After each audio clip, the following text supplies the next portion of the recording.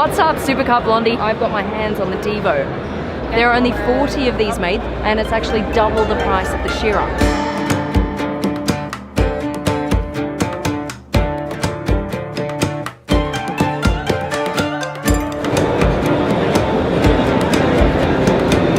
The key to the Devo. Wow, okay. So let's get in.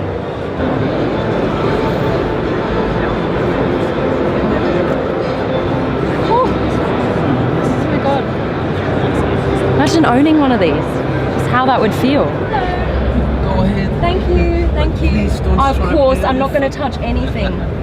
I'm going to be super If you would like to know careful. anything about this car, just Yes. let me know. I'm the designer of this car. Oh, you're the designer. Oh, look at that.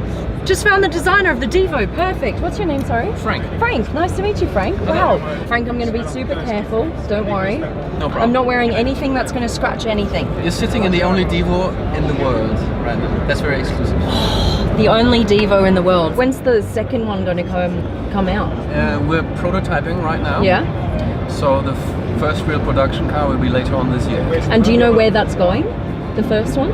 I won't say. Oh, too many secrets. So just to take a look here so that you can see, these paddle shifts are longer. They're bigger so that when you're turning, you can easily grab a hold of them and shift when you're mid-turn. Other than that, you guys have just basically stripped this down because, of course, this is a more sporty edition of the car. So everything is focused on more lightweight materials. That's right. Okay, cool. So let's take a look around the outside because, of course, you're more proud of the design features on the exterior, That's really, right. aren't you? Okay, let's take a look.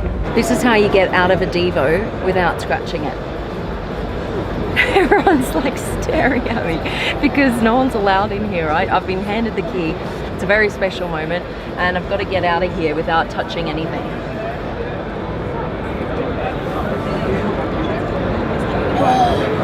It's like playing that doctor game, you know, where you can't touch the outsides. It buzzes you. How am I doing? Hey! Okay, I didn't touch anything. Why is it important to you that we look at the car from the side? Well, first of all, we said that we wanted to keep three main ingredients to make it look like a Bugatti that are on every Bugatti. Mm-hmm. Everything else, it's a complete reshuffle, redesign. So one of those would be the That's true. signature? We Yeah, said right. one would be the signature line, new interpretation, Yeah. much slimmer profile, Yeah. makes the car look lower even though it is the same height than the Chiron. Yep, yep. The horseshoe grille in the front. This here. Okay, so that's the second one that you wanted. Third one, centerline accentuation Okay. with an actual new aero device on the rear, which is the spin. I'm going to explain in a bit of time. The air comes in through here. Got this piece here grabbing and pulling the wind through here, right? And that goes over the engine bay here. And they didn't want the wind circulating around this whole area. So what they've done is they've put this divider here so that the wind just flows beautifully from front straight to back and out here. Everything that you see in blue is for function, and everything you see in grey, or this silver colour, is for form, is for design. The function, that's interesting that you say that, because the driver's seat is in blue too. You see this kind of two-face? Yeah, passenger is more for design reasons, so you got to get a good-looking passenger, and you, as the driver, is there for function. You are there to drive, so you're in blue. So that's quite an interesting split. Steering wheel, the top part is gray, meaning it's only for design purpose. No there function. you go, you just removed that Yeah, off your yeah. car. So you don't really need the top part of the steering wheel. It's not there for function. It's not in blue. It's funny that you mentioned this. Yeah. In the design process of the Chiron, actually, we did have a steering wheel that had no top. It was cut out of the whole development, Yeah. but that's funny that you say that. Is that, and why do you need to put it on? Is that a regulation, a safety regulation? No, we found out that just in the ergonomics and the handling of the car, you need a full, either a square or circle, something that is close to actually deal. It's more difficult when you don't have a full wheel to grab. If you're in a racing car and you have very limited lock, then that's a different story. But in a real car that you actually have to maneuver around the garage maybe as well, yeah. it's much more handy to have a full circle steering wheel actually. Uh-oh. So if you haven't seen what's happened, I've just had my Lamborghini wheel designed and there's no top.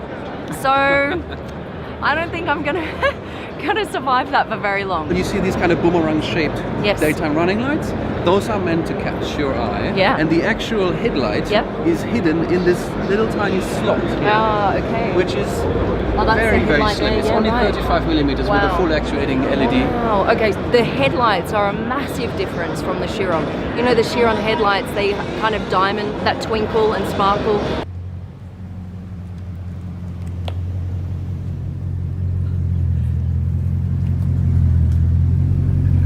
This is just a kind of a boomerang look around the outside here, and it makes the car look wider, which I suppose that's something that you want. You put right? these lights at the very outer corners, and this car is over 2 meters wide. Yeah. So it really gives this impression of width.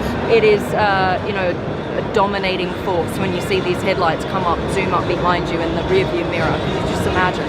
Thank you so much for showing me around. Thanks I for really coming around. appreciate it. Thank you, and it's just beautiful. And We're a huge fan of your congratulations. channel. We watch it. Thank you so much. I really appreciate that. That's awesome. When the Chiron got to the States, in order to comply with road standards, they had to shove this ugly back bumper on the Chiron, right? Now, I just asked, is that going to happen to the Devo? And Frank has said no. So let's just have a look at the back. This back is going to stay as is for the US market because they're going to have approximately 10 Devos in the States. What they can do, because there are so few of these cars coming into the States, they can go under a different category of show and display. So it means that they won't have to put this bumper on the back of the car, which I think is quite important. The other thing is, in order to get a Devo, you have to buy a Chiron. So you cannot just buy this car. Now, a lot of customers came to Bugatti and said, we desperately want the Devo. How can we get the Devo? And they said, not that easy. Do you own a Chiron? No. Okay, we'll buy a Chiron first and then we'll talk. And so a few of these customers have had to go through the whole process of speccing out their Chirons and buying one of those just to get an allocation for this car, which is just crazy. The typical owner of a Devo would have about 40 cars in their collection already. So this is really just a special car, obviously not to be driven all the time. It's never gonna run up the kind of mileage even that a Chiron would run up. And that is the Devo. I hope you've liked the video. Please give me a quick thumbs up and subscribe to my account because I have got some crazy videos coming out. If you haven't yet seen my video on the La Voiture Noire, go check it out. The link is in the bio right here in the description. Click it because that is a one-off Bugatti. Right.